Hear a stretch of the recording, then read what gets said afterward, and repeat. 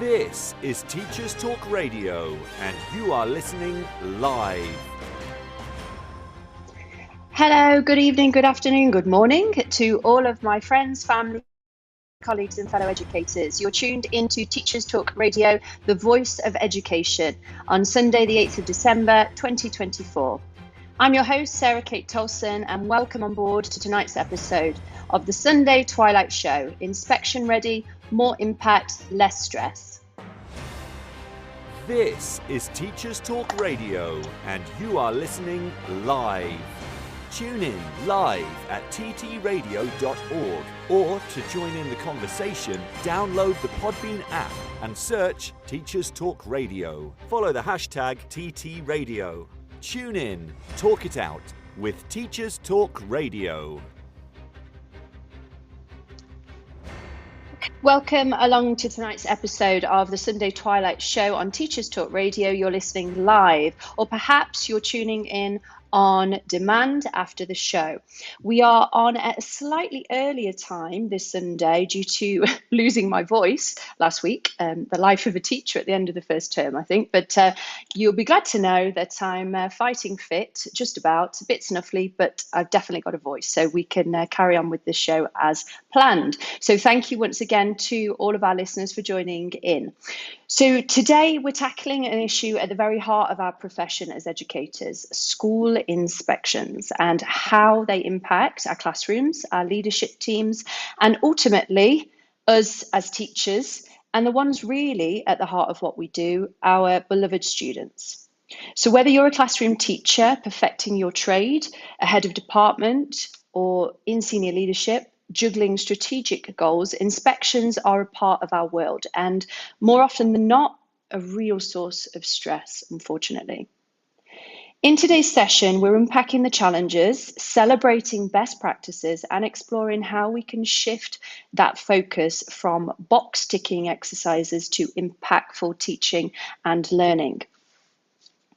So, let's dive straight into just under 90 minutes today, chatting about a topic that is dominating discussions, headlines, social media, governments and school communities across the globe right now: school inspection, workload and impacts on teachers, leaders and students. The current climate in education is one of immense pressure. We know that as teachers and educators. According to recent polls, almost 72% of teachers have considered leaving the profession due to the stress caused by inspections themselves. With teachers reporting excessive workloads averaging between 50 to 69 hours a week during term time, our inspections have been cited as a significant contributor to this burden. Furthermore, 3/4 of teachers feel that inspections negatively impact their mental health and the quality of teaching in their classrooms. But on a less negative note, for the start of the show, the winds do appear to be changing for the better. And for example, in the UK, Ofsted has recently introduced initiatives like the Big Listen.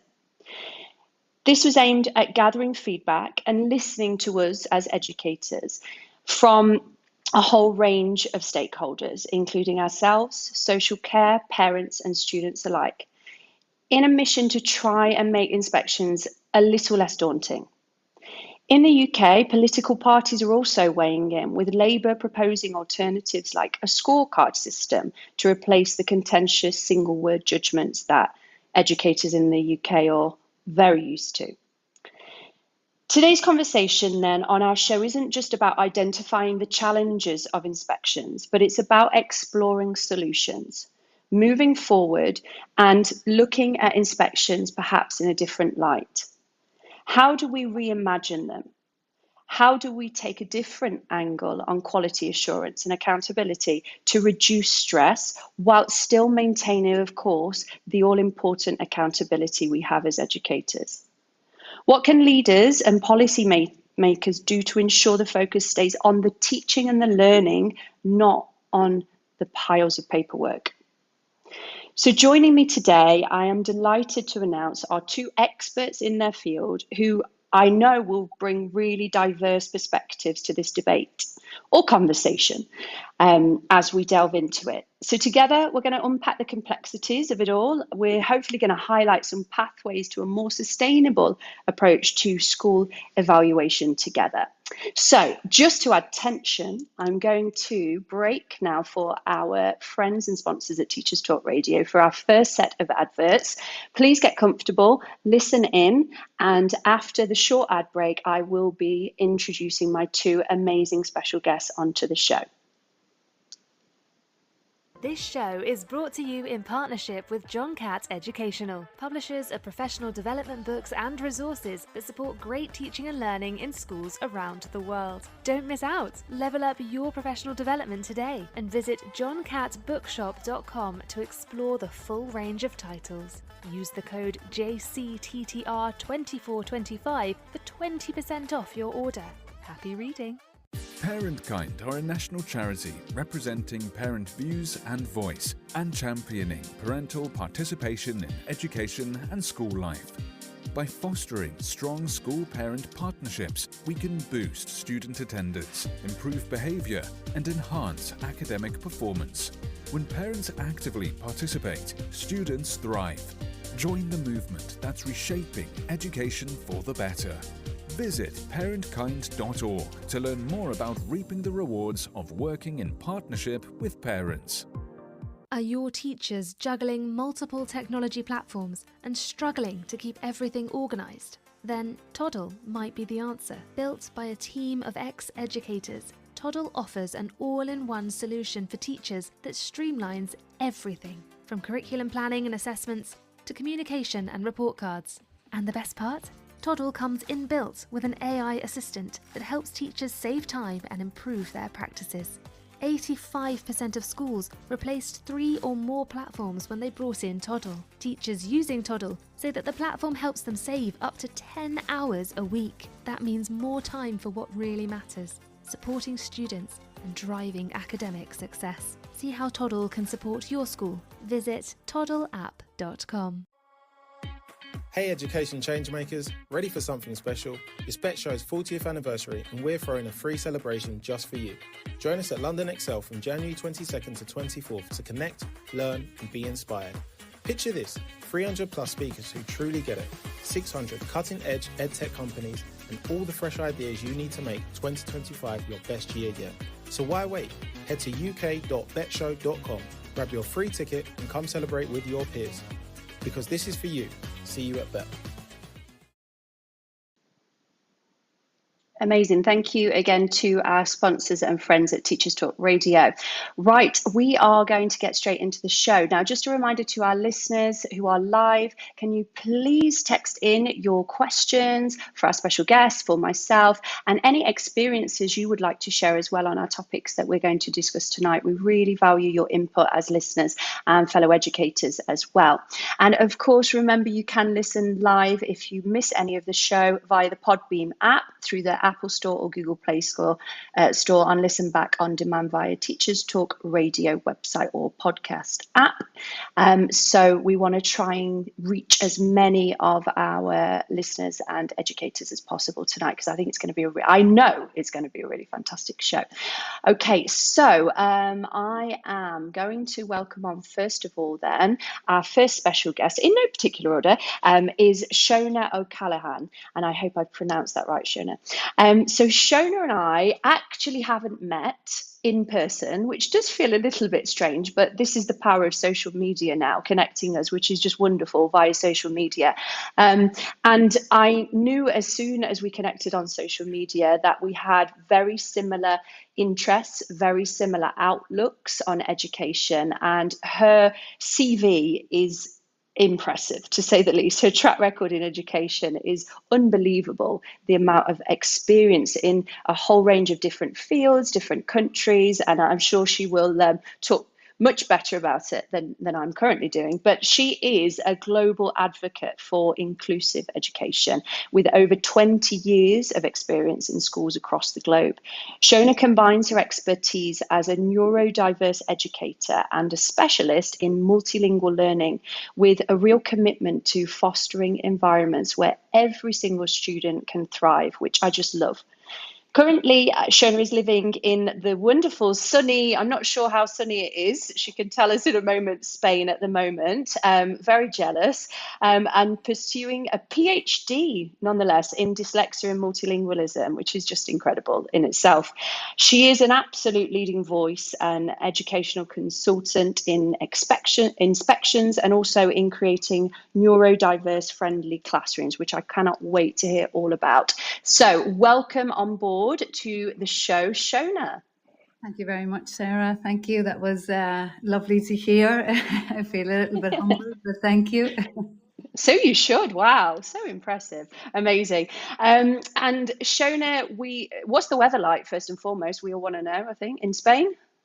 The weather has been a little bit erratic this year in general, but it's blue skies and sunny today. A little bit cold, but it's December, so we'll take it. We get good weather most of the time.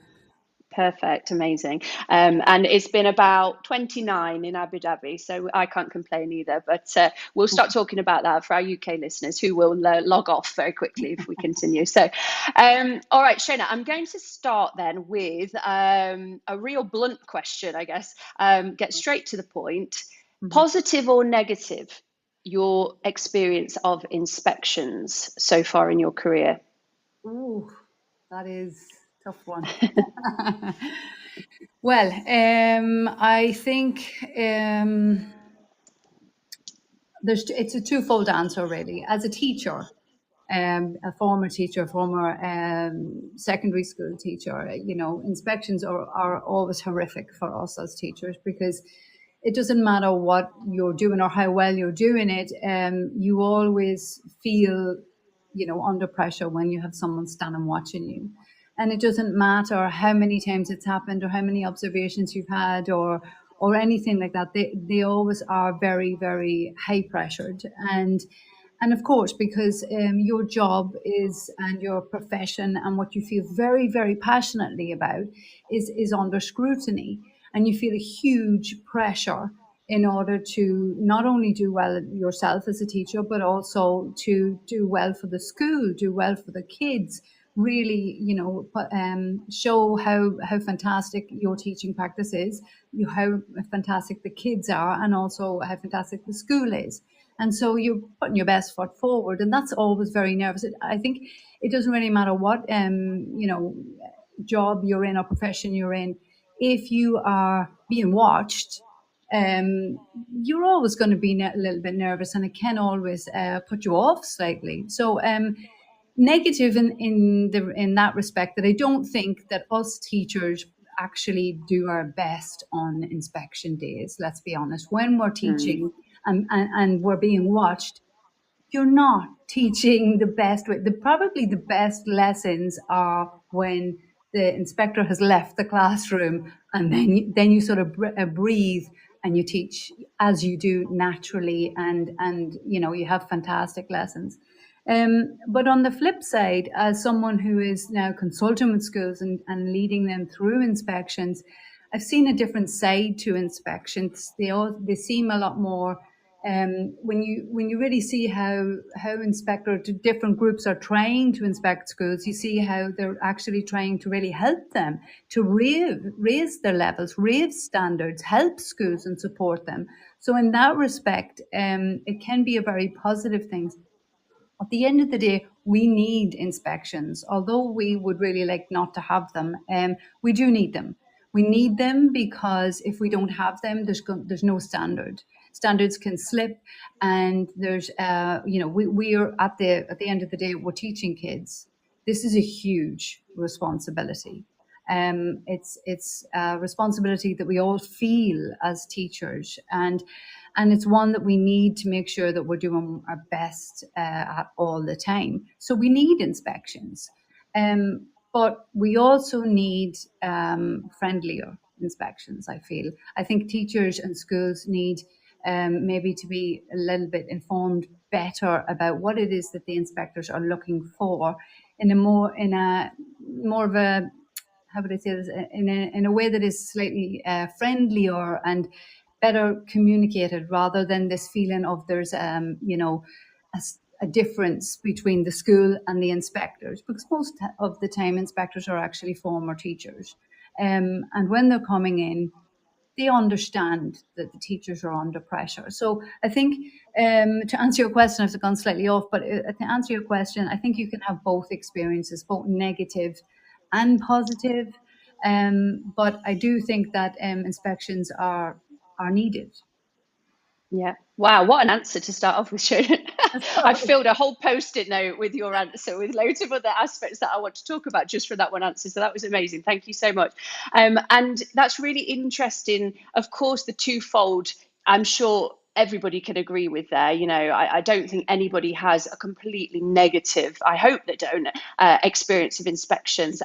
But I think the angle in which you took in terms of your position now compared to when you were in the classroom is a really interesting one as well, that we can perhaps delve into a little bit further, and how the pressures are different, and sort of the support might not be recognised from a teacher's perspective as much as from a senior leadership or inspector. So yeah, really interesting. And I love the fact that you do forget that inspectors, the majority that I can think of, were teachers once, and they do understand. It's really scary when they walk in and suited and booted, and you think, oh my goodness, but essentially they were where you are, and we're all teachers and we all get it. So I think that's really humbling and reassuring to start off the show with as well, Shona. Right, I've never known him so quiet in the whole time that I've worked with Keelan and known him, so I'm going to invite him on because he'll be itching to have his word now, I think. So Keelan, I'm going to invite you on now, but of course I'm going to give you a fantastic introduction. So Keelan is, first and foremost, he is a friend. He's also a very amazing colleague that I have the pleasure of working with now and have done for the past 3.5 years in Abu Dhabi. He's a dynamic head of department with over a decade of experience across both the UK and international schools. Keelan is really passionate about using technology. He is the head currently of computer science at the school that we're in. And he is also really passionate, I know, about simplifying really impactful, effective lesson planning and enhancing learning whilst reducing workload for teachers, which I love. He always has the focus of everything he does being impactful on his students. The relationship that he has with his students is just wonderful to see. They truly respect him as a teacher, as a leader, and as a role model. He's a champion of efficiency and time-saving tasks for himself and for his team that he leads and manages as well, and a true forward thinker in education. So without further ado, welcome to the show, Keelan Barron. Thank you very much, and thanks for the kind words. If you'd seen my face now, I'm just blushing. You owe me. Okay, Keelan, so I'm going to ask you exactly the same question, which is tough being second on, but hopefully you've got a slightly different angle to come at it from. But so inspection experience to date for you then, Keelan, is it tick boxing or has it been purposeful? I suppose for me, it depends on the setting. And again, it goes into that like positive, negative aspect. Like I find the setting has as much of a role to play in the inspection process. Sometimes you do feel like there's the tick boxing sort of aspect of it. We all understand as educators that there is aspects that we do have to tick off in order to meet the needs or the requirements of the inspectors. But I find as well, it's the environment that we're in. If you've got an SLT that's fairly calm, collective, knows the whole process, and sort of discusses that or shares that with their like staff, I think it does have a massive impact. I've been inspected in every school that I've worked in, and they're all different settings. And the ones that I found to be the less stressful ones is the ones that allow you to focus on what's important and what your role is, and effectively that's teaching. I understand as a head of department that there is additional factors in that, but when you're allowed to just do your job, which is to teach, I think that alleviates a lot of that pressure and a lot of that stress. I find myself as well that when you don't focus on the the be all end all of this inspection and just think, you know what, I'm there and I'm doing my job, I'll do my lesson. I'm not going to affect the overall outcome for this school. I am just a matter of like I'm a cog in the entire machine that that's building on this result. So for me, it's that fine balance. As I said, like there is that tick boxing element, but I just think if you go in and do your job that you do every day, then inspections don't need to be this scary thing. I feel like people put that pressure on themselves, and I suppose again it goes down to the environment. If you've got an SLT that sort of puts that pressure on, then it adds on to the stress of the person feeling that they have to go above and beyond the expectations of what's in the classroom. Like if everybody does what they do every day, then it would be a definitely an easier process. Yeah, absolutely. I couldn't agree more with that, Keelan, to be honest. I think you're right that if it can be so, and it is so overwhelming. And as Shona mentioned as well, you don't just feel pressure for yourself being on the spot, but you also feel the responsibility of your students, making sure that everybody is making progress. You feel the responsibility for your department, for your school. It really is a huge burden, if you like, and a huge amount of pressure on one teacher's shoulders. And it really shouldn't be. And I think you're right as well, Keelan, in saying that it completely depends on your context as a school, doesn't it? It depends on the culture of that school, and it depends definitely on the leadership of the school as well.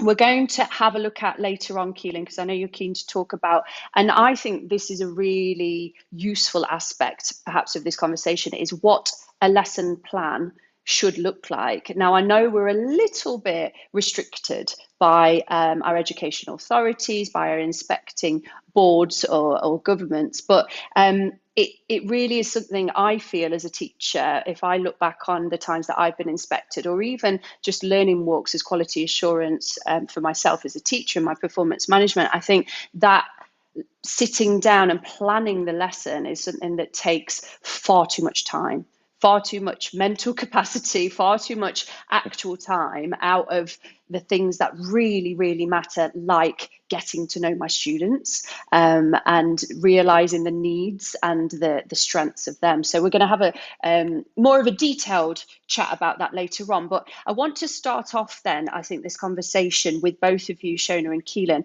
And again, encouraging our listeners, please do text in any questions that you may have to pose to our guests, or if you just want to share your experiences, positive or negative. Both Keelan and Shona have both started off with the fact that it is very twofold in terms of their experience. I think, Keelan, you're very unlucky to have been inspected in every single school that you've been in. I think that's one for the record, but at least you're an expert in the field, so this is why we've got him on tonight. So I'm going to start with them. Why inspections? So Shona very rightly mentioned before, we need inspections. We need accountability. We are responsible for young adults, for children, in our care. Of course, we need inspections. But Shona, I think I'll go to you and Keelan, of course, because we all have UK and global teaching experience internationally here. So what differences, Shona, if any, have you seen between different sort of educational authorities and what inspectors are looking for across the globe? Okay, well, I'd like to slightly clarify on that one that my experience is predominantly within the British education system, and so when I speak about inspections, I'll be speaking about it from that aspect. I don't want to blur it with, for example, the Spanish education system or Italian or French or so on. I think I can say from looking at inspections across Europe and the UK is that it depends on the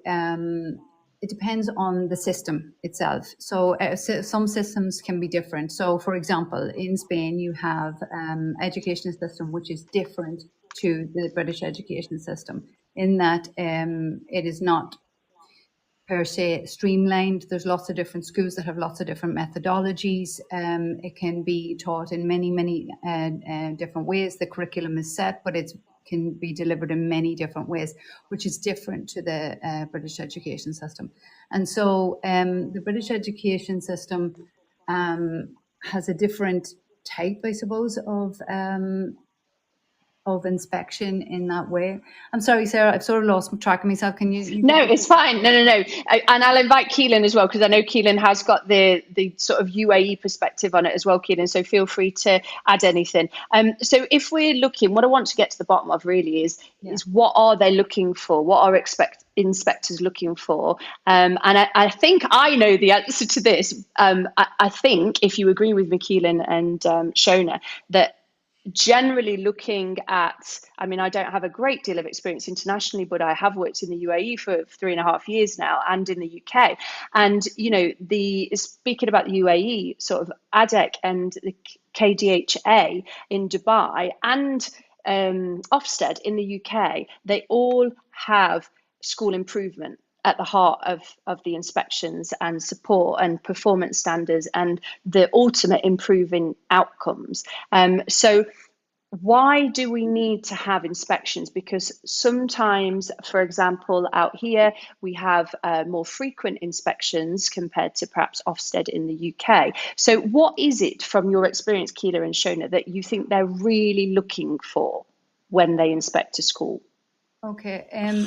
Sorry, Keelan, if you just let me jump in on this one. For me, and I suppose again, looking at it from the British, again, it's a British curriculum school, and as you said, we've got ADEC as our governing body as such here. The difficult thing I find with, especially in an international setting like the one that we're currently in, Sarah, is the fact that it's a sort of sort of size fits all. Like, this is the same governing body that goes and inspects American curriculum schools, Canadian curriculum schools, and as we know, the context is completely different. So again, when you're looking at it in terms of the expectations should differ from different curriculums, but as you said, it is all about school improvement. I think as well, like being in an international setting, it's fairly transient. People come and go. Everybody comes over with the intention of again, you might have young teachers that come over, and it's the lifestyle, and it's as much as you're employing people to come in, we're ensuring that the people that we are employing has the children in their best interest at heart, and that effectively that's what it should be. It's about the students. Are the students engaged? Are the students safe? Are the students happy in the environment that they're in? But as well as that, it's about the staff. Like, as you said, you've been in your school setting for 3.5 years. I'm now currently on my 8th year in the UAE. And for me, it's somewhere I consider as home. And I think it's as much about our well-being as well. So I think when it comes to the inspection, it is about school improvement, but it's actually looking at the people that are working in the school. As you said at the very start, there's people that's leaving the job because of the hours and the time that they put into the job. I'm one of these people that I not necessarily about working smart and things like that, but I'll do things in a way that I'm not really taking things home. Of course, there's going to be times where I will have to take things home and that, but I think inspection should be like looking at how can we streamline things. Is it a necessity to be doing X, Y, and Z as well? And I think that's the sort of gap between inspections in an international setting to a UK setting.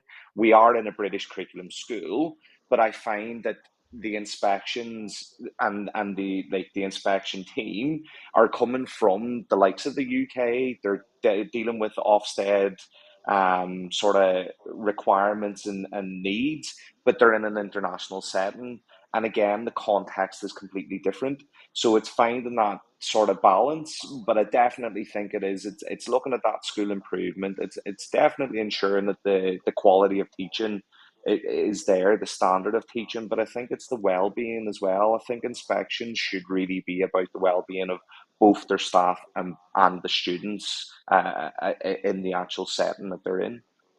Yeah, I completely agree. And I think you're right, Keelan, in the fact that gone are the days where they're just looking at, the curriculum or the actual teaching in the classroom. It's so much more than that now, and the growing emphasis on evidence-informed teaching as well, and not just looking at results. I think we all think, data-driven evidence and progress must be, I know all of my students' latest, summative assessment results off by heart, so that I can just reel that off to the inspector. And of course, that's not what they're looking for. I hope that's not what they're looking Yeah. for.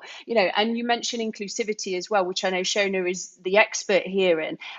So Shona, you obviously champion, your whole work is to do with inclusivity and making education as inclusive as possible. So how do you see the inspection process as sort of aligning with that now? Keelan's mentioned mental health and considering people in the school, not just students, but the wider community. So do you think that the current inspection frameworks are getting there? Are they balancing inclusivity with inspection requirements now? I have to say, no, not yet. We're still a ways away. I think that there's still too much focus on data, as you said, especially coming from the UK. Here in Spain, we have the National Association of British Schools in Spain, which is NABS, and that is the regulatory association here, which needs to certify all of the schools. And then you have BSO. And I agree with what Keelan's saying about having inspectors come in that don't know the context. So, for example, you might have a lot of kids in schools who are coming from different countries. You might have even teachers who are coming from different countries. And so what about their well-being and how they're fitting into the classroom and how they're being included within the classroom setting and within the school and the culture of the school? And so it's not just a case of looking at things on paper, but it's looking at how kids and people are within the school community. And if we look at the UAE and the inclusion plan for schools for all, schools for all inclusion plan in the UAE, which is second to none. It's phenomenal. Because it brings in everything that you can find in recent research that needs to be brought in for inclusion within schools. And that's brilliant. That's a great step forward. In fact, I would advise anyone in any other country, especially in the UK right now, where they're talking about making massive changes, to watch the UAE and see how they roll this out and see how they do this, because it is absolutely second to none. However, there is something missing even from that particular inclusion policy, and that is the teachers. So at the centre of education, we always have the kids. It's always student-centred, absolutely as it should be. But who's standing beside those students? The teachers. And so we talk about well-being of teachers, but what about the well-being of the neurodiverse teachers? And there are many of us. And many of us who end up leaving the classroom, including myself, because of the pressure, because of the extra that is put on us as teachers and the burnout, but not only because of the fact that we have such a job which is very high pressured, but also because, well, it's not really acceptable to say that we are neurodiverse whenever we are teachers.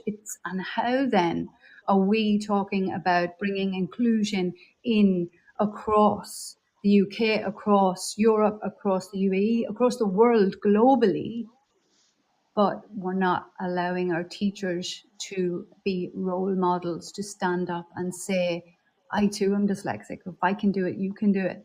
And the kids know. The kids know when a teacher is autistic. The kids know when a teacher is dyslexic. They know. And so they're looking at this sort of piece of the puzzle that is missing. So for me, there is still quite a ways to go when it comes to supporting teachers. We need to support teachers so that they stay in the classroom, so that they stay in the schools and give good practice to the kids, and deliver good lessons. Because once you will alleviate that pressure, not only the pressure of all the extra to take home or extra curricular, but also the fact that it's okay to be neurodiverse. You too are included in our plan. Then I think we'll see a massive change at a societal level, a change that needs to come. Absolutely. Wow.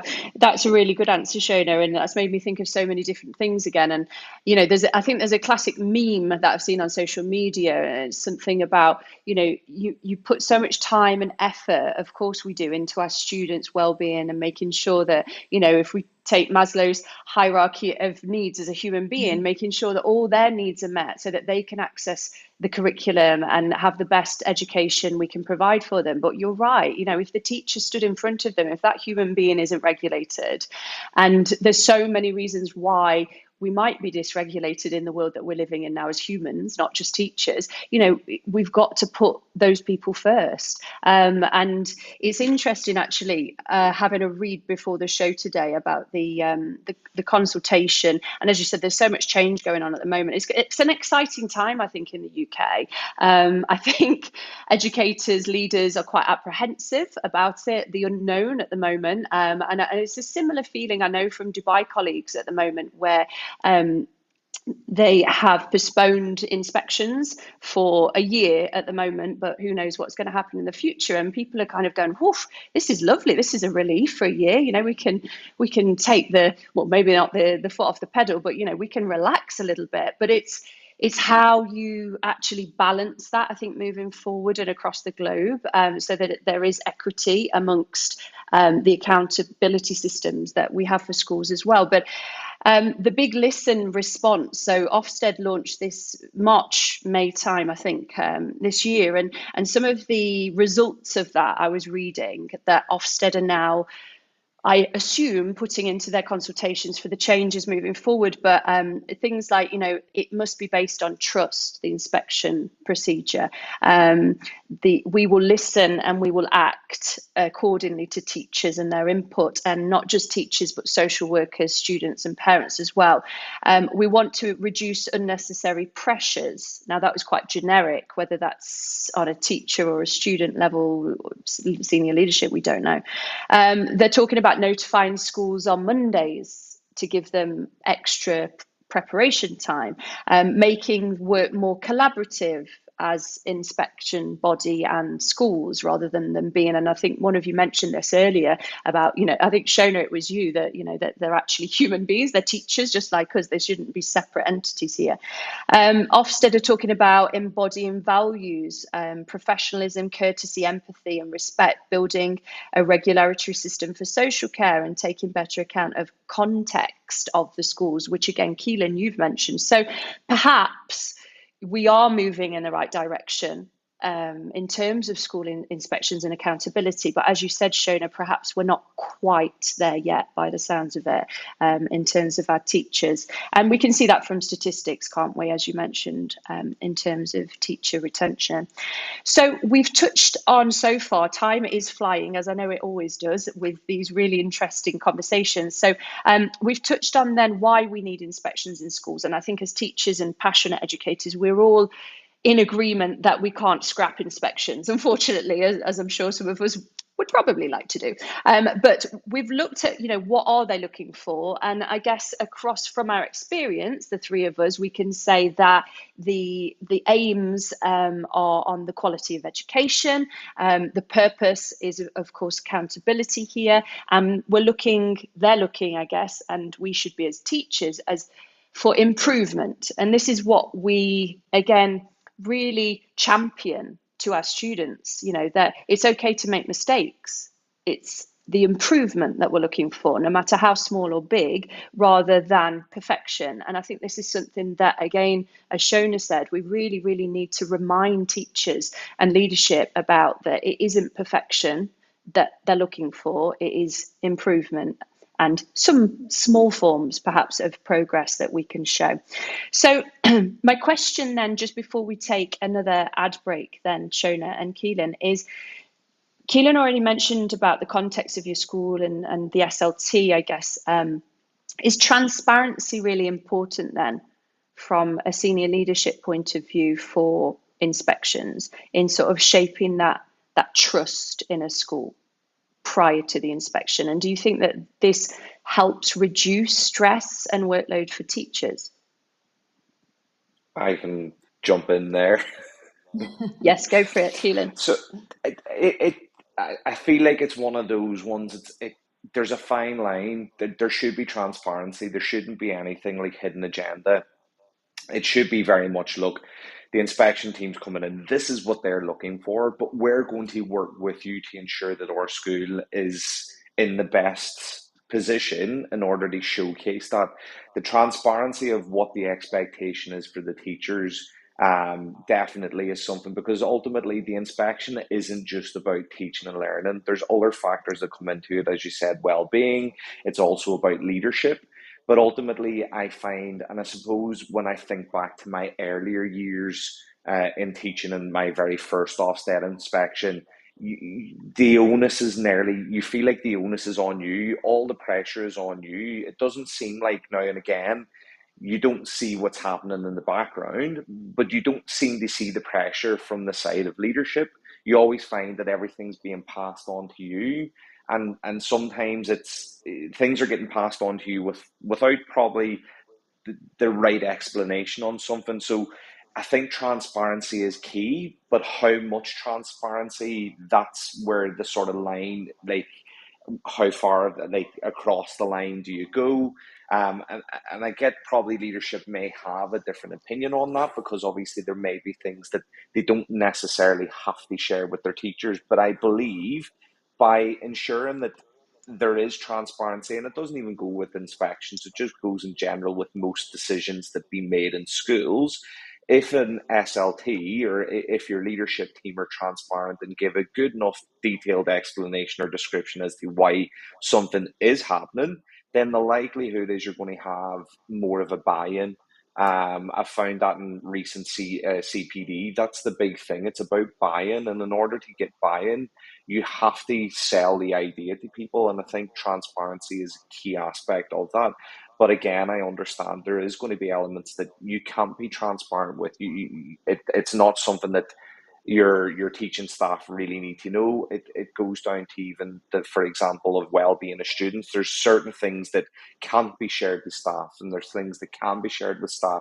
And I do understand that, but I think transparency in a workplace, regardless of the setting, teaching anything else, I think is key to having a successful workforce, a positive workforce, and ones that want to perform and do well and succeed in the environment that they're in. That is key, Keelan, isn't it? And I think you feel, we mentioned the word scrutiny, and anybody feels scrutinized, as Shona said earlier, when you're doing what you do day in, day out, but somebody's watching you. Of course, you're going to feel nervous. Anybody that doesn't would be strange, in my opinion. It is a natural thing to feel like that. And we all know, it's frustrating as anything when the inspector comes in and misses the best bit of your lesson, and he walks out or she walks out, and there you go, you do the best teaching of your career. And it always happens like that. And we kick ourselves because we feel that pressure and that responsibility and that care and that duty to ourselves, to our students, and to the school. And we don't want to let anybody down, because we are so amazing at what we do and so passionate as educators. And I think, though, Keelan, you're absolutely right. I think the scrutiny is reduced, that feeling of it being a scrutinizing inspection is reduce so much if you feel that you are a collective, that you're working towards the same goals, that your school is supporting you no matter, whether you do the best lesson or the worst lesson of your life. They put the trust, and I think it goes down to, as you said, transparency and trust, doesn't it, in you as a professional to do the best that you can do on that day, in that lesson, in that moment, as a collective.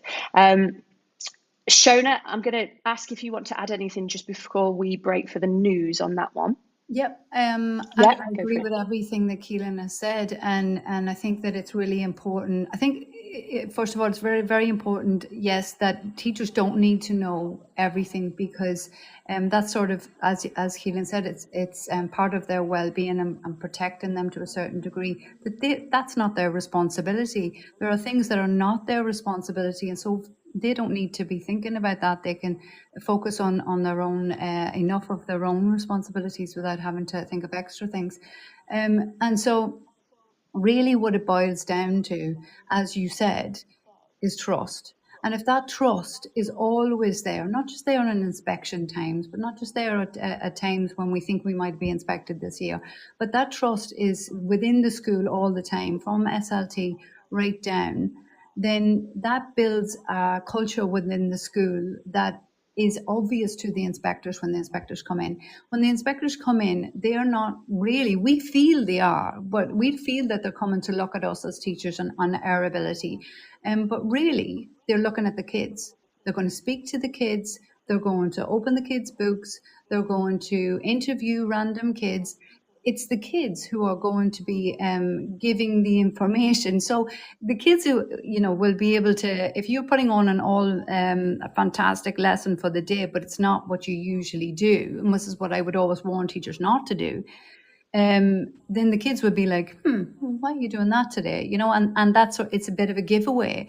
Whereas if you just do what you always do, because you know that you're teaching to the best of your ability every day and you're doing the best you can, and then that will come through whenever the inspectors speak to the kids, listen to the answers that the kids are given and the questions that you're asking, looking at their books, interviewing them, talking to them about their progress and how they know they're progressing. And of course, safeguarding around the school, different areas. But if SLT are able to have that open and transparent relationship with their teachers and show them that we trust you to do a good job, and it's not micromanaging, and it's not a case of coming in and scrutinizing them all the time, then you're going to have a fantastic inspection, because the inspectors are going to see what happens all the time in your school, which is good practice. Yeah, absolutely. And, let us not forget that we're talking a lot about classroom teachers here, which of course they are the champions. I truly believe that. But, our senior leadership teams as well, goodness me, how much pressure, we all know how much pressure that they receive during inspection periods. And it can't be easy to get everything right. But, we've mentioned transparency. We've mentioned something Leanne's mentioned. One of our listeners, welcome Leanne, is trust and back and forth communication as well. Communication, I think we've not outrightly mentioned, but of course is absolute key, isn't it? And as you said, Shona, it's not a one-off performance, and that's in terms of how your leadership works and how the lesson is taught. It shouldn't be, an all singing or dancing lesson if that isn't what you normally do. You're absolutely right, Shona. Right, so much more to talk about. I've scribbled down that I really want to speak to you both about, and to our listeners in the next section of the show. But we're going to break now so that we can all put the kettle on. But please do keep listening to our wonderful sponsors and friends at Teachers Talk Radio. And Joe, I hope, is doing the news as well for us. So we're going to take a short break now, but join us after the show. And please do keep the questions coming in. MJT, I have not ignored you. I can see your brilliant question, and I'm going to start with that after the news break. This show is brought to you in partnership with John Catt Educational, publishers of professional development books and resources that support great teaching and learning in schools around the world. Don't miss out. Level up your professional development today and visit johncattbookshop.com to explore the full range of titles. Use the code JCTTR2425 for 20% off your order. Happy reading.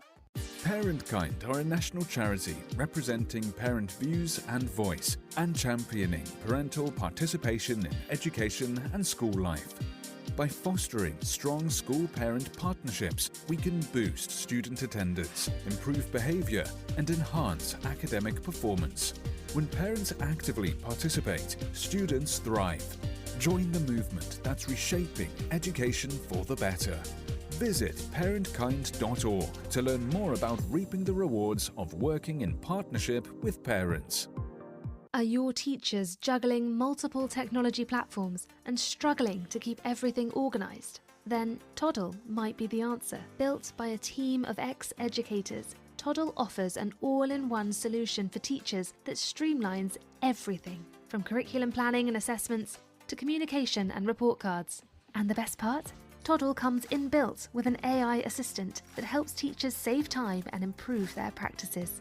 85% of schools replaced 3 or more platforms when they brought in Toddle. Teachers using Toddle say that the platform helps them save up to 10 hours a week. That means more time for what really matters, supporting students and driving academic success. See how Toddle can support your school. Visit toddleapp.com. Hey education changemakers, ready for something special? It's Bet Show's 40th anniversary and we're throwing a free celebration just for you. Join us at London Excel from January 22nd to 24th to connect, learn and be inspired. Picture this, 300 plus speakers who truly get it, 600 cutting-edge edtech companies and all the fresh ideas you need to make 2025 your best year yet. So why wait? Head to uk.betshow.com, grab your free ticket and come celebrate with your peers. Because this is for you. See you at Bet. This is Teachers Talk Radio, and this is Teachers Talk Radio News.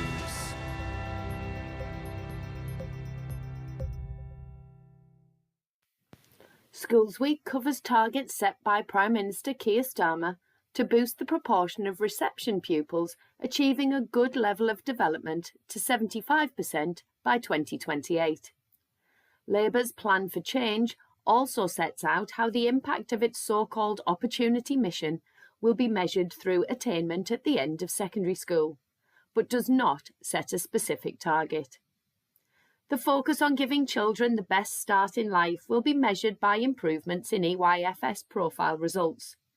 This year, 67.9% of children were judged to have a good level of development across areas such as language, personal development and maths.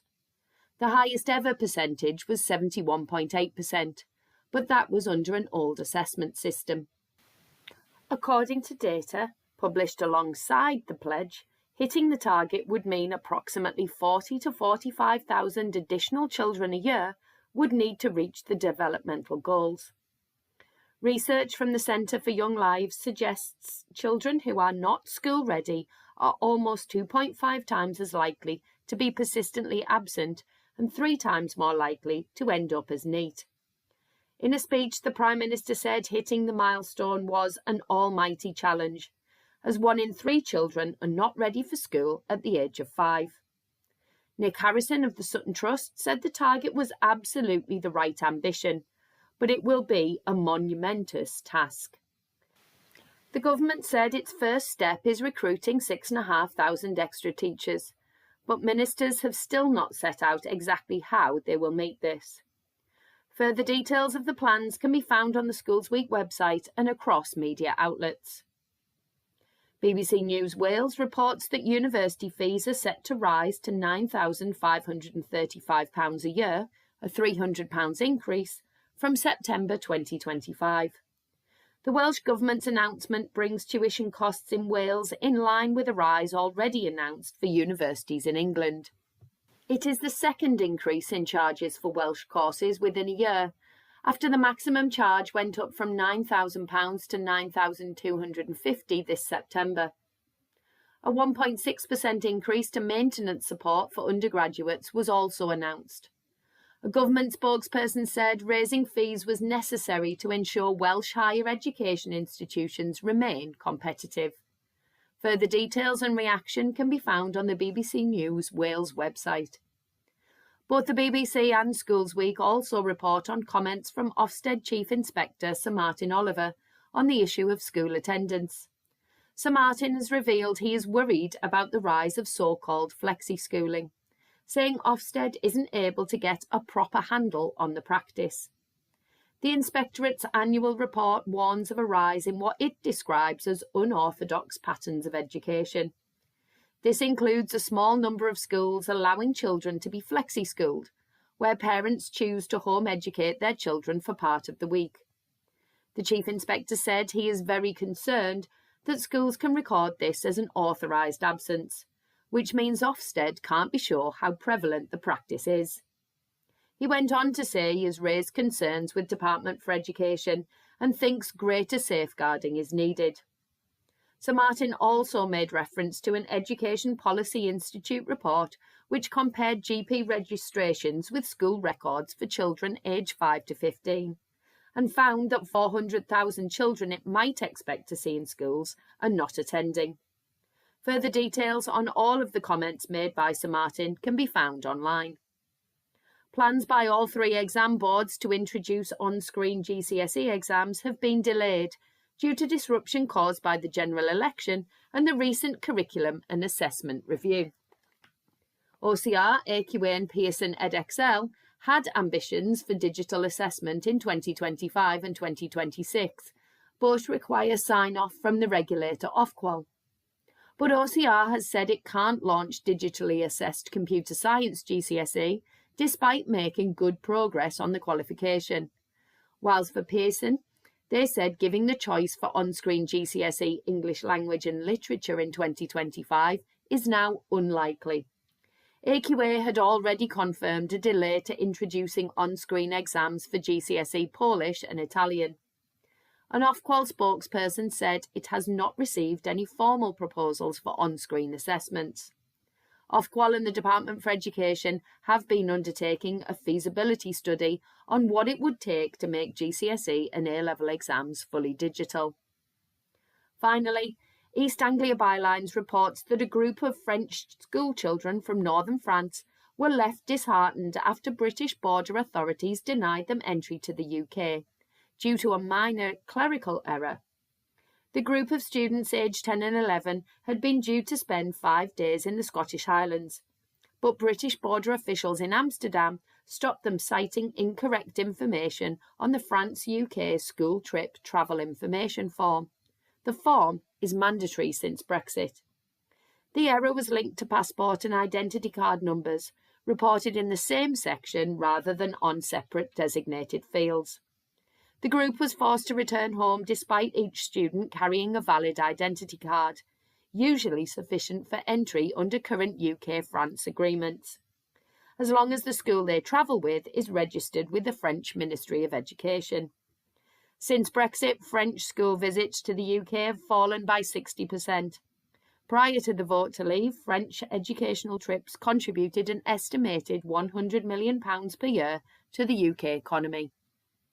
This has been your Teachers Talk Radio News with Jo Fox. Thank you so much, Jo, as always, for the news. And I think I could do my next show on at least one of those stories that she was just talking about there, if not 4 or 5 more shows on the content of the news. So thank you so much, Jo, as always, for that. Okay, so we're back. Welcome back to our listeners this evening. If you're in and around the UAE this afternoon, or maybe this morning, if we've got listeners further afield, do remember, thank you to the people that have already texted in, but please remember that this is a real collaboration here. We're all educators. We're all learning from one another. So please do type in your experiences, share any questions that you may have. And I'm going to start off the final part of the show with a question then from MJT13. So the question's a really good one, I think, as well. We were talking in the last section, just to summarize for anybody that missed it, we were talking about the fact that we really encourage our senior leadership teams to be transparent. We value the communication in schools in terms of leading up to an inspection and during inspection for everybody involved. And they really are strengths of a strong leadership and a strong school. However, the question here is asking about the full report post-inspection that schools and leaders receive. So MJT13 has said that they've been through numerous inspections and yet they are still to have the full report shared with them. So we've mentioned about not sharing or oversharing with staff for obvious reasons, but how do we feel, Shona, Keelan, about this question and this quite common scenario where staff aren't given perhaps the feedback from, or the whole feedback from the inspection? I feel like in terms of an inspection report, it's a whole school report. So I 100% agree in terms of the report should be shared with staff. Because ultimately, how are you supposed to improve on your practice when you don't know what improvements need to be done? Um, Yeah.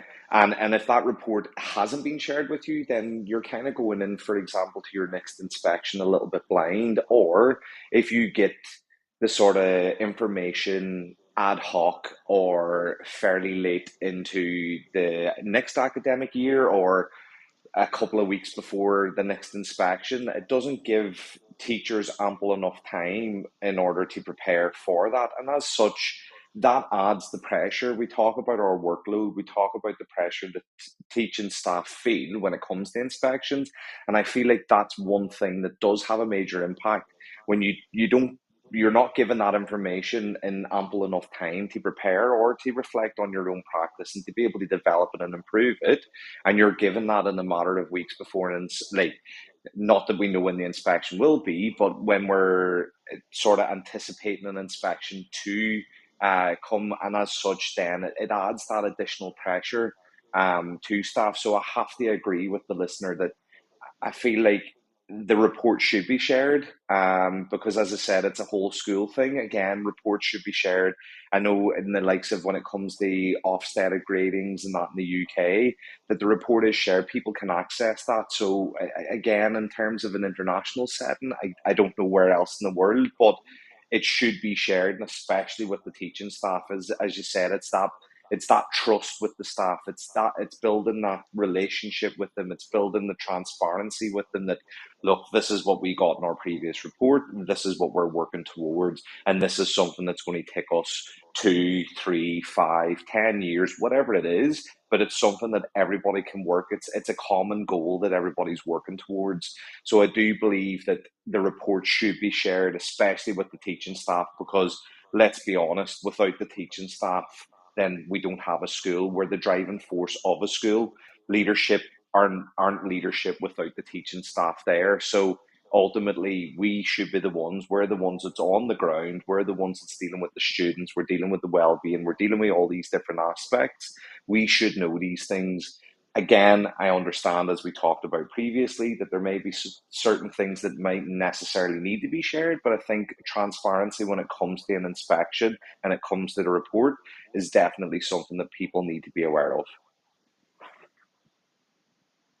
Yeah, that's brilliant. Thanks, Keelan. And I agree with that as well. You know, there's nothing worse, and it's the same for you students, isn't it? And us as teachers, you know, you want that feedback. If you do a piece of work, if you teach a lesson, if you do a performance, you know, you want feedback, be it negative or positive. You want some sort of recognition for all of those hours, all of that preparation. And you're right, in terms of moving a school forward and moving your teaching forward and your professional development, you need to have that feedback as well, don't you? Shona, anything you wanted to add on this? I completely agree with Keelan. He's absolutely right. And actually, the National Association of British Schools in Spain here make it obligatory for all of the private British schools to publish their reports online. Therefore, all the parents can also see them and are aware of how the school has done and what it is that they need to work on to improve, because the parents are part of the community of the school as well. We have to remember that it's not just the teaching staff, it's the whole school community working together to make it a better school overall. And I totally agree with what you say about, we say this to the kids, and the kids want their work back, and they want to know how they did, and they want to know how they did in a presentation, for example, and we give them that feedback. But as a teacher, when you've been observed, and I remember actually this happened to me once in an observation, and it was, or an inspection, I should say, and it was an inspector came in, observed my lesson for it seemed like an eternity at the time, but I was quite a young teacher at the time, and then left, and I didn't end up getting any feedback, and I asked for it, and I really wanted it, and I didn't end up getting any direct feedback from it, and it felt very disappointing, because I didn't know, well, how had I done? I wanted that feedback, and you need that as a teacher as well, and as a school. You want to know how it is that you're going to improve for the next time. This is the basis of what we teach our kids all the time. Where are you now? And how are you going to improve in order, to improve? So what is it that you need to do in order to progress? So if we don't have that as a school, then obviously it's going to affect the next inspection, but also it's going to affect teaching and learning. It's going to affect the entire culture of the school and the community as well. If you're not showing the report, it does feel a little bit like, well, why not? Why would you not show the report? We're all in this together. We should be, sharing that responsibility and helping each other to make our school even better. Absolutely. And that was an amazing answer, Shona. Again, we're going to just slightly change the topic, just because I'm conscious of trying to get everything in, and we've not got that long left because it's such an amazing discussion, as I knew it would be. So we're going to kind of change the angle a little bit onto how teachers can prepare then, and leaders as well, of course, but how teachers can prepare. And we're going to go back to Shona, what you said, which I think is a really important point about making sure that the teacher is considered in the inspection process here. And yes, of course, the student is the center, is the focus, the learning and the teaching, but the teacher as a person also needs to be considered. Now, this is an interesting one. I'm going to play devil's advocate a little bit here, because it's funny thinking about everything we've talked about so far on the show, and the idea that, as teachers, as educators, we want to be involved. We want this transparency. We want the communication. We want the report. We want to, we are lifelong learners, as we say to our kids, and we are, and we model that. We want to improve our practice, and we want our students to improve in our school communities. Of course we do. But do we sometimes feel that oversharing, as we mentioned, I'm not talking here about sort of pastoral oversharing students' needs, but I'm talking about too much preparation before an inspection? Could that actually be a hindrance to the teacher's performance, to the teacher's well-being, potentially? And the reason that I want to talk about this is because I did a quick social media poll earlier this morning, and the results last time I checked were quite interesting. And the poll read, or asked, how do lesson observations typically make you feel? And the options were nervous but prepared, indifferent, just part of my job, confident and motivated, or stressed and anxious. Okay. And the results last time I checked then were at the top with 50%. So half of the people that participated in that poll were nervous but prepared. So that says to me that teachers, us being natural preparation obsessed human beings, we are enjoying that we're prepared for that observation. And I know myself that, I'm not just going to walk into an observation lesson having not prepared a lesson. And I'm not going to walk into any lesson having not prepared it, because it makes you feel just so much more confident and like you're doing justice to your students if you have spent the time preparing it. So I guess what I want to talk about a little bit then is, how do we feel sufficiently prepared? Can we be prepared for inspections to happen without completely running ourselves into the ground, and on the day or days of that inspection actually not performing and not teaching to the best of our ability? How do we get that balance right for ourselves? So I don't know who wants to have an input first. Shona, Keelan, any top tips or experiences you can share with us? I'm jumping straight into these. Like, this is the sort of stuff I really like to sink my teeth into. Um, I find, and again, this may go completely off what you're like, you're sort of mentioned, but I find the less I care about the inspection, the better I perform.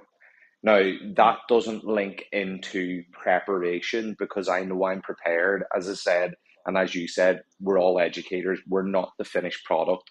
We're not like a sharpened tool that can be like, no, to me, we have to refine that. We have to always improve, but we are always prepared. We always have or like our work or whatever it is that we have for those students. We know our students, we know our learners, we know the topics, we do them inside out. It's like when I talk to my students, I say to them, I don't need to look at books. I can literally read whatever the information you need to know by hand. I've done it that many times. What I find, which becomes a bit of a disjointment to it, is it's the time in not even the preparing side, but the planning. Like, for example, those admin tasks that are unnecessary. Now, me and you have had many conversations with regards to lesson planning. I don't believe in lesson planning. I know Ofsted aren't really interested in individual lesson planning. I find it's something that as a trainee teacher, it's a necessity in order to be able to structure a lesson. But I believe when you're a seasoned teacher, you know when you walk into that classroom, you know the techniques you're going to use, you know the students that you have in front of you. And I just feel like by putting this added pressure onto people, I think it adds that extra element of stress. And I think that's that element of we're prepared. The nervousness comes into that lesson plan because I find when people do a lesson plan and an inspector comes in and looks at that lesson plan, that they have to stick stringently to what's on there. And if it doesn't go to plan, then they kind of draw a blank and they don't know how to go off from what they've originally structured. I've had this conversation with many colleagues that I feel like if you are having to do a lesson plan, I'm not naming any companies or anything, but I am a true believer in the 5 minute lesson plan. I think if it's something that you want to structure, but I don't believe, like, because when I think about it, any learning walks, we don't have to produce lesson plans. And if we're coming in and somebody's seeing us and they're saying that's an outstanding lesson, how much does that lesson plan then impact on the actual lesson that I'm delivering? And to be honest with you, I don't think it's an awful lot. So for me, I feel like that unnecessary side of it adds to that pressure and stress. When you're preparing, it's the lesson, that's the focus. Now, again, something that's at the forefront of, or like with us in the UAE, is adaptive teaching. Producing lesson plans is not adaptive. You produce a lesson plan, you're following the lesson plan. If I'm being an adaptive teacher, I need to be able to adapt to the environment that I'm in. If I follow something like that, then as you said, it mightn't go my way. The lesson mightn't go the way I expected. And the lesson after the inspector's been in could be the most amazing lesson after that. So I find there's that fine balance, definitely in terms of that preparation. But I think like the preparation and the focus should solely be on the lesson that you're delivering to those kids, because ultimately we do it every day. We don't produce lesson plans for every lesson that we're sitting in. We go in, we deliver the lessons, we know what we're doing, we know where we're up to with our students. So that's the way it should be. I feel like an inspector, and again, I'm not an inspector, but I feel like an inspector should be able to walk into your room and go, yes, I can see progress, regardless of whether you know content or whether you're an expert in that field. Because let's be honest, I'm not an expert when it comes to languages or any other subject. So I wouldn't dare think to judge somebody based on that, like that, their knowledge of the curriculum. But as long as I can see progress and the kids are engaged in their learning, that's all I'm interested in. It's the welfare of them, that's welfare of the teacher. And that's the thing that I think's essential and key. And I think one of the major things is, how do you portray that? How do you put that across to the inspector without having to produce these lesson plans? Again, you have people that write a lesson plan that's an essay. It could be 2-3 pages long, and you'll have somebody to write a lesson plan that's not even a page long. And it's, what information do they need? And for me, lesson plan's not the one, but contextualized information is important, giving them a bit of context to what's going in that classroom. And I'm a firm believer of having something there that gives them that overview. One thing that I've taken from, as I said, coming from the UK to the UAE, was looking at creating a document that provides that overview, gives us a bit of a termly overview, as well as giving us a little bit of that data and the sort of support strategies that are in place for those key learners. I think by having that little A4 document, and again, it's not something that I do for inspectors, it's something I do at the end of each term. I review the termly analysis and the termly data, and I fill in this document. So it's only seen 3 times a year, where I provide an overview of what's happening in the curriculum. I give the data analysis for that term. So this is the attainment and this is the target. And from that, then I have 3 boxes that look at students that are below, meeting and exceeding expectations, and the different strategies that are in place for those students. So when somebody comes in, they should be able to look at that document and go, oh yes, this is what they're doing. And oh, these are the strategies. Can I see that he's using questioning? Can I see that he's using X, Y, and Z? That to me is being prepared. That to me is what makes my lessons. Again, I'm not saying I'm an outstanding teacher by any means. I'm not a finished product, but that's what makes my lessons good. And that's when my lessons are really good, when I just have the minimal amount of admin and the minimum amount of information that takes me away from the key aspect of it, which is the actual lesson itself. So I think that's something that people need to steer away from, need to take that focus away from lesson plans and these things, and focus on what's important. And it's the lessons that they deliver day in and day out. Why change the script? Why go off what you're doing and trying to pull out the jazz hands and do things that you've never done before? Do what you do best and go in there and deliver the best lessons you can. And I think if people do that, there will be less stress, there'll be less nervousness, and people will treat inspections like it's another day, like it's just somebody coming into their classroom, that they're just another body in there. It shouldn't matter. That's my thing about it, and that's what I think, that's the way it should be. In the UK, in international settings, in any setting really, in any environment, I think that's the way it should be. Yeah, I mean, Keelan, as you said at the start, we've had lots of conversations about this, and I'm sure other educators do become frustrated with the amount of planning for the sake of planning, as I call it. And there's nothing more frustrating than sitting there and writing out a very detailed lesson plan for the sake of it. As you said, as experienced teachers, you're thinking to yourself, who am I actually doing this for exactly? And as you mentioned, so many things to pick up there, Keelan, that we definitely don't have time to discuss this evening. But adaptive teaching, which I am a huge advocate of, and think is, and I'm sure Shona will agree from an inclusion perspective as well, it really has to be tailored in the moment. It has to be live and responsive to the learners. And you're right, Keelan, in the fact that we almost need something that isn't a tick box activity, that is actually helpful, that's contextualized information, as you said, and that as a good teacher, you would naturally have to hand anyway. Which teacher teaches a class without knowing their students inside and out? You just wouldn't do that. So it's that information that's really important, and how the teachers subject knowledge, how their experience, how their CPD, which we've not even had time to touch on, but I really wanted to discuss that.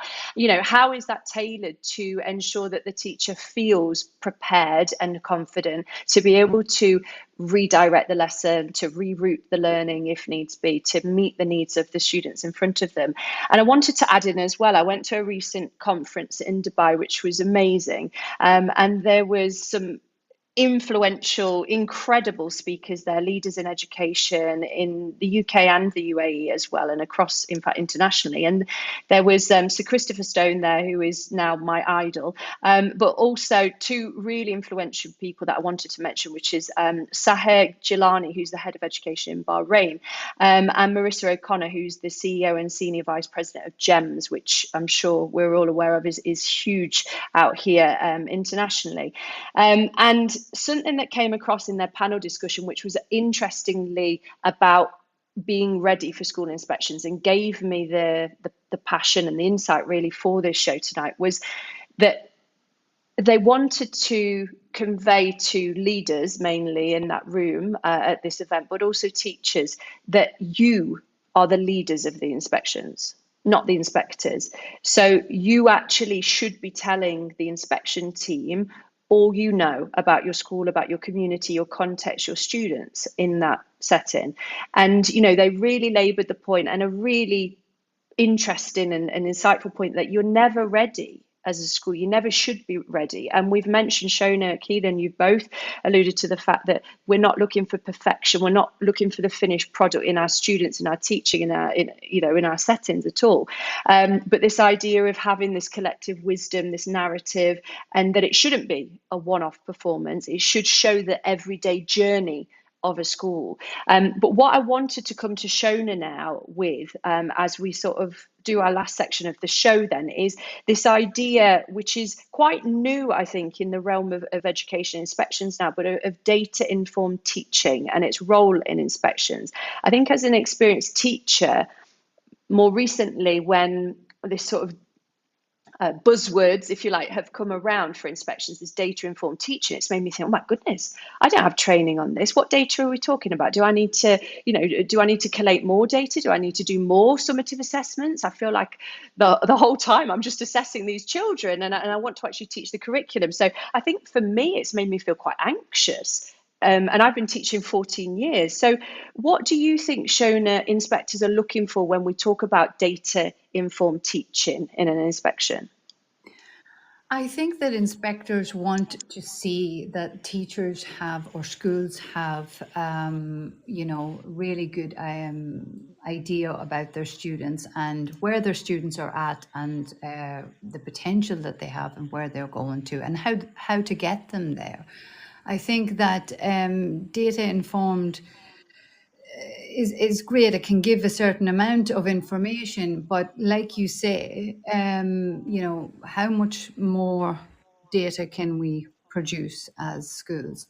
Kids are under a lot of pressure as it is right now with summative assessments. Teachers are teaching to the summative assessments rather than getting a chance to really get their teeth into the curriculum and teach the curriculum well. So I know from the perspective of all the kids that are within that class, all the neurodiverse kids, all of the EAL kids, all kids, because everyone is neurodiverse. No one is neurotypical, as people like to say, but it's not really the truth. So the more we do summative assessments and get more and more and more and more data, we're just looking at the data and we're not looking at the kids. And that data, it looks fantastic on a spreadsheet, but does it really reflect what is happening in the classroom? And going back to what Keelan said about lesson plans, he's 100% right. I mean, lesson plans in the respect of an inspection, okay, you can understand that the inspector needs to see something in the hand in order to know what's happening in the classroom. However, we shouldn't be teaching in that rigid way that we're only teaching this, because if we cannot divert from it, because if we divert from it, we're not going to get to the next assessment, or we're not going to get to to be able to input this next data. Or teachers have to be able to reflect and react on their feet in the classroom in order to include everyone. And not every lesson is going to give you data, and it shouldn't give you data, because we're dealing with human beings. We're trying to help them. We don't know how they're how they've come into school that day, what's going on in their lives, in the yard, what's going on in general. So they maybe perform badly in a particular assessment or a particular task, and that doesn't mean that they're not achieving. It doesn't mean that they're not going to achieve. It means that they just didn't do well on that particular day for whatever reasons. And sometimes some of these assessments and tests and different types of ways of checking progress can be more really that you're not really checking what kids know. You're looking at how well they are able to memorize and reproduce. And we're actually, the British education system has always been absolutely fantastic. However, like every education system, it has its areas that need growth. One of area that we are in danger of losing is that that we go towards looking only at data and only teaching towards the test, and losing the part of the classroom methodology, which is to be able to react and differentiate well within the classroom, to be able to be flexible and to catch every kid, because you need. I mean, teachers are juggling all the time. You've got one teacher usually to 25 to 30 students in a classroom. If you are lucky, you have an LSA. If you're not, well, you don't. But you have to be able to help the needs, support the needs of all the kids in that class. And we've got kids coming from all over the world now. So you also have challenges of EAL. You have social and emotional and health areas to think about, and you have also got to support the neurodiverse, make sure everyone is included, and the gifted and talented are being stretched. Everyone's moving, and if we're putting more and more emphasis on data and data informed approach, well, what exactly are we expecting to see from this data? I think great teaching happens in the classroom. When you see kids who are happy, who are flourishing, kids who are able to tell the inspectors in the classroom or in the corridors about what we learned last week, they were able to pull on prior learning. They're demonstrating how they've applied the knowledge that they have acquired. That is far more valuable to see than to see a spreadsheet that looks very pretty. Data does not always reflect. It serves its purpose, but we should not over rely on it, because it does not always reflect what kids are capable of and what teachers are capable of, or what the teachers are actually doing in the classroom. So true, Shona. The connection just cannot be understated. It is so important to have that connection. I think I was just thinking then, as you were mentioning all of that that my favorite part of the day, I think, is being a form tutor again this year, where I have 15 minutes, albeit not very long, but to actually just talk to the students in my tutor group and to connect with them. And I think, we all as classroom teachers and leaders feel so pressured by the D word, the data, and the curriculum as well, being very content loaded and trying to get through as much as we can with these students, that we do sometimes lose focus of that connection, which is so important. And I think as well that data informed, we can become a bit obsessed with it, as you were saying, Shona, and it isn't all about data, not in terms of the data we think, the number crunching, the spreadsheets, because data actually, yes, it can be statistics, it can be numbers, numerical data, but it can also be facts as well, and information that we know about our students. And my goodness, how much do we know? We are in a profession where connection is key, and we try to know as much as we can, be it their favorite sport, the holiday that they went on. We want to learn about their siblings and their parents and their grandparents, and which area of the world they're from and which languages they speak. And, it is as important, if not more, as you say, Shona, to have that connection. So I think that when we talk about data-informed teaching and learning, we need to be really careful and accept that it is statistics and it is summative data and formative in the lessons, but it's also knowing the students, which is so important as well. Now, I'm just looking at the time now and really upset and unhappy because I got so much that I wanted to talk about with Keelan, Shona and everybody else. And I also the worst host ever because I've had 3 questions that I've not answered or had time to. So Colin, I'm going to apologize. Colin made a really great question earlier, asked a question to guests and to myself about utilizing technology to assist in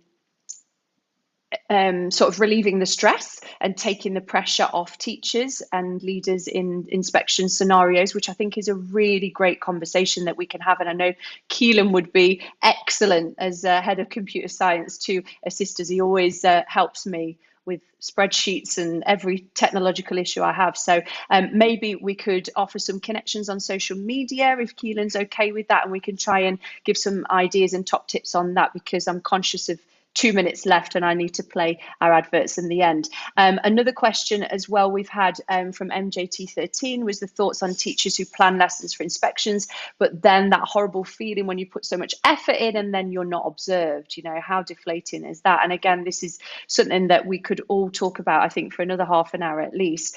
And then we've got people agreeing with us about the burden of administrative tasks and the bureaucratic paperwork that we seem to be, drowning in rather than actually focusing on what Shona was talking about earlier, and Keelan, that connection and the things that really matter, the teacher and learning. So we're going to take the quickest advert break, and then I'm going to thank my guests now in case I forget afterwards. So I want to say a huge thank you to Shona and Keelan again for giving up their Sunday afternoons and evenings. You've been incredible. I don't think I've ever ended the show this late, which is a sign that we've had an amazing show filled with so many topics that we could talk about for hours and hours. So I think we might have to do a sequel in the new year for this, Shona and Keelan, if you're up for that. But thank you again from the bottom of my heart. I know it is, voluntary here, and I am just thrilled to connect with such amazing, passionate educators that have so much to give as well. So thank you both, and have a wonderful flight. Keelan is now off on paternity leave for his Christmas holiday. So I hope it all goes well, and I will see you in 4 weeks. And Shona, have a wonderful Christmas winter break as well. Thank you. Thanks very much, Sarah. Thanks very much.